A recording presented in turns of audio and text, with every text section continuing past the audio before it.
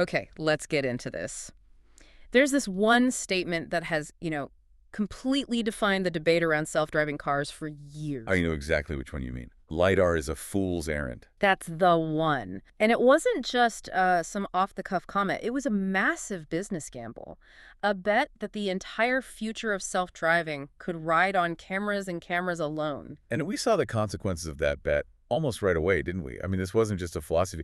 They started actively pulling radar sensors out of their cars. Exactly. And if you've been following this space at all, you've heard the stories. The phantom braking nightmare. Right, where the car just slams on the brakes on a perfectly clear highway for no reason. Or even worse, the crashes and bad weather, heavy rain, snow, situations where cameras, well, they're just like our eyes. They get blinded. For years, it felt like this really hard line in the sand. You had pure vision on one side and this idea of multi-sensor redundancy on the other. But the really interesting thing we found in the source material is this quiet reversal that's happening right now. It seems high-definition radar is sort of sneaking its way back in. The technology is finally catching up. So what does that mean for you, the person trying to make sense of all this? That's our mission for this deep dive.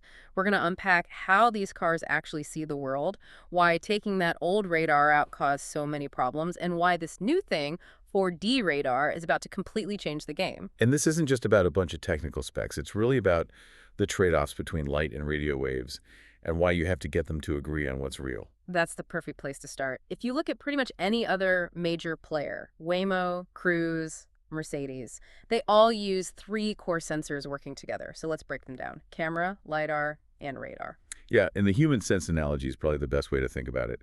It's like giving the car our senses, but then adding a superpower on top. Okay, let's run with it. So first up, you have the cameras. Yeah. These are the car's eyes, no question. Right. They see color, they can read a stop sign, they understand what a traffic cone means. Exactly. They get the context, the texture of the world, but just like our eyes, they have a huge weakness. They can be blinded.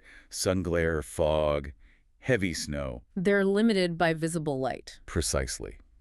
If you can't see it, neither can the camera. So that's when you need your other senses. Which brings us to LiDAR. Right. If cameras are the eyes, think of LiDAR as the car's sense of touch, but at a distance. Okay, how so? It shoots out millions of little laser beams every second, and it times how long each one takes to bounce back. So it's physically measuring the distance to everything around it? Exactly. It builds this incredibly precise 3D skeleton of the world. Engineers call it a point cloud. LiDAR is the undisputed king of precision. It tells you the exact shape, size, and distance of every single thing. But the catch is? The catch is those lasers don't love bad weather either, and the hardware is famously expensive. Okay, so that leaves the third one, radar. Radar is the superpower. It uses radio waves. And its biggest advantage is that it sees through things. Things that blind the other two? Rain, snow, fog, dust. It doesn't matter. Radar just cuts right through it. It's the all-weather champion, the ultimate backup. Okay, so this sets up the central mystery. If radar is this amazing superpower that works in blizzards, why on earth would you make a strategic decision to take it out of your car?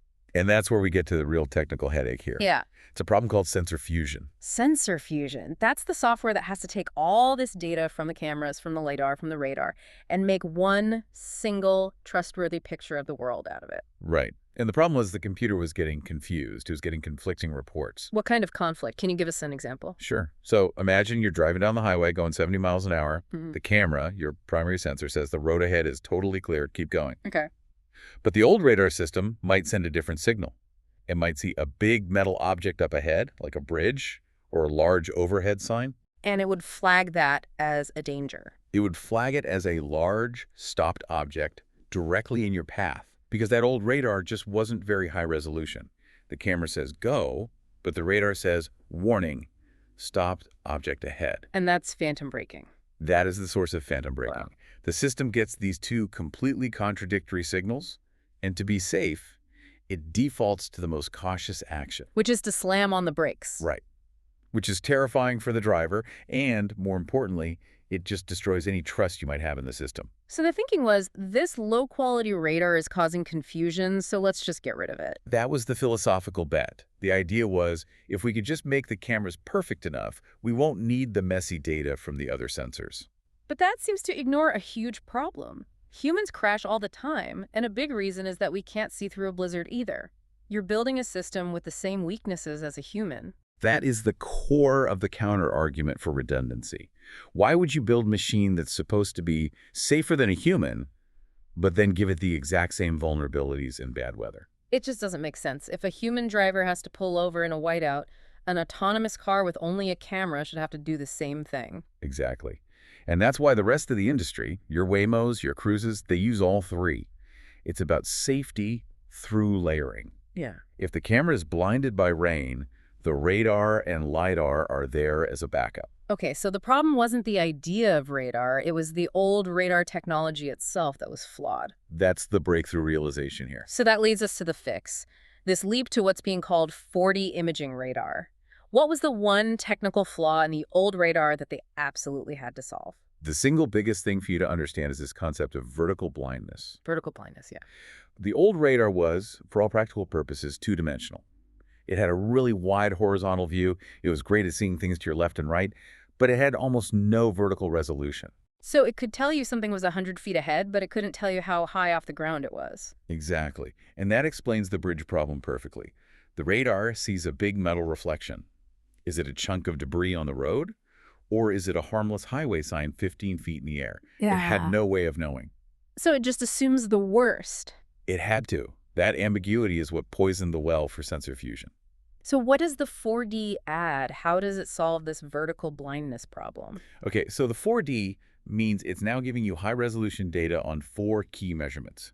The first 2 are the old ones, distance and speed. Standard. Right. The breakthrough is adding high-res data for the horizontal angle and the game changer, vertical height. The vertical height. So now it knows that the bridge is 15 feet above the car, not sitting on the road. Precisely.